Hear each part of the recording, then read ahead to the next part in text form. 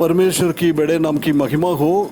एक और बार हम ये प्रभात बनन के द्वारा परमेश्वर के वचन से कुछ बातें सीखने के लिए, ध्यान करने के लिए, मनन करने के लिए परमेश्वर ने एक और अवसर हमारे जीवन में दिया है।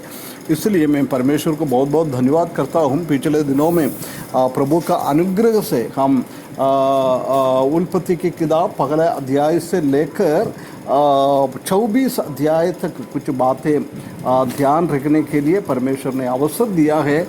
इसलिए मैं परमेश्वर को धन्यवाद करता हूँ। आज हम उसका 25 अध्याय में आए। 25 अध्याय में हम देख सकता है कि अब्राहम का आखिरी टाइम के बारे में बता रहा है। उसी के पहले उसने साराई के मृत्यु के बाद एक कतुरा करके एक औरत के साथ जाके ब्याह किया है। उसी के द्वारा कई बच्चे लोग हो गया है।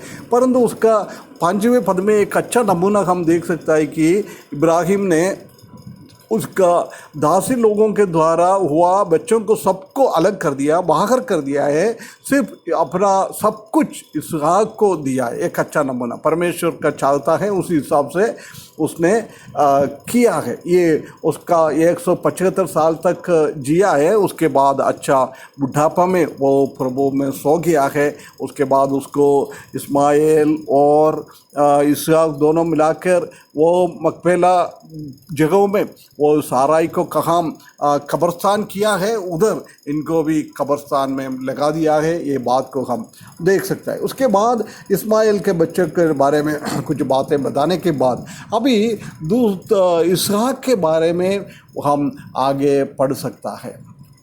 इसहाक 40 साल में रिबेका को शादी किया है। उसको कोई बच्चा नहीं था। जब वो उनका पत्नी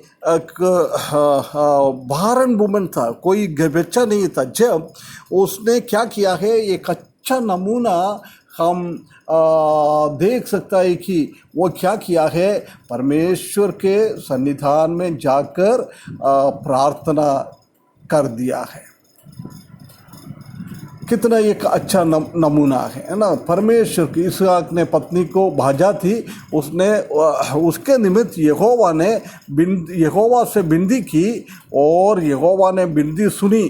सो उसको पत्नी रिबेका गर्भवती हुआ। देख कितना एक अच्छा नमूना है। समस्या है, तकलीफ है, परेशानी है, उसी के टाइम और कई रास्ता नहीं देखा है, परंतु सीधे परमेश्वर के पास गया है। परमेश्वर के सामने अपना ज़रूरतों को रखा है। परमेश्वर ने उसी वक्त उसका उत्तर दिया है। उनकी पत्नी गर्भवती हो गया। मेरा बात सुनने वाला कई ऐसी भाई बहन लोग हैं, अपना शादी के बाद बच्चा है नहीं है। एक इसहाक के जैसी परमेश्वर के पास जाए, परमेश्वर के सामने रोए, प्रार्थना करे, बिल्कुल परमेश्वर उसका उत्तर दिएगा। ये अच्छी बात हम देख सकते हैं। उसके बाद हम देख सकते हैं कि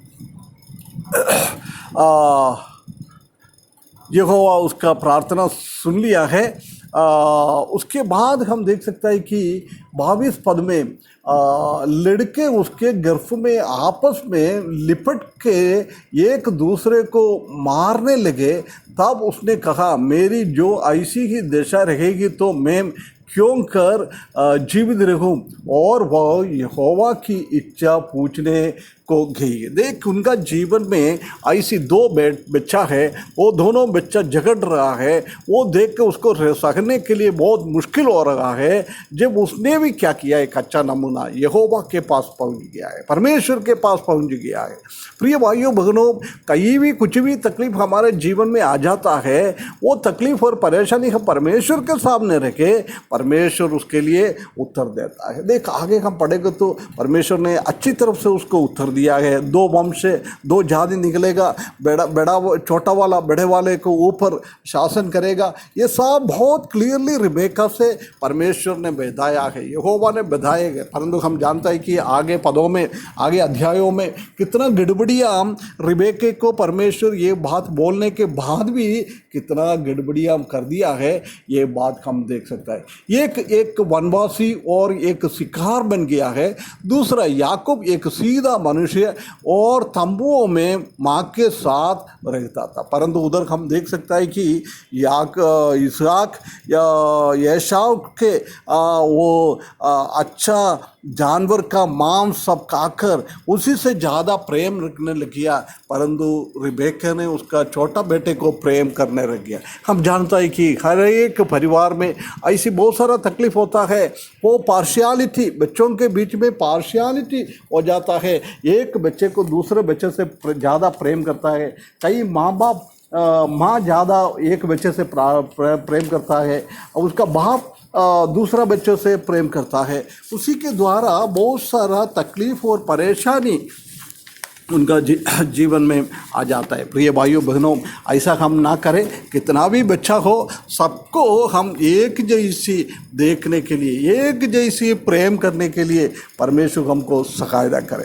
ऐसी प्रेम करते हुए हम हमारा जीवन आगे बढ़ाने के लिए, परिवार में एक अच्छा खुशियाँ की एक अवस्था होने के लिए परमेश्वर हमको सहायता करे। कितना एक नमूना है। कभी हम ऐसी एक दूसरे के सामने दूसरों को ज़्यादा प्रेम नहीं करता है, ऐसा ना हो जाए। ऐसी एक अच्छा नमूनादायक पारिवारिक जीवन हमारे जीवन में बिताने के लिए परमेश्वर हमको सहायता करे।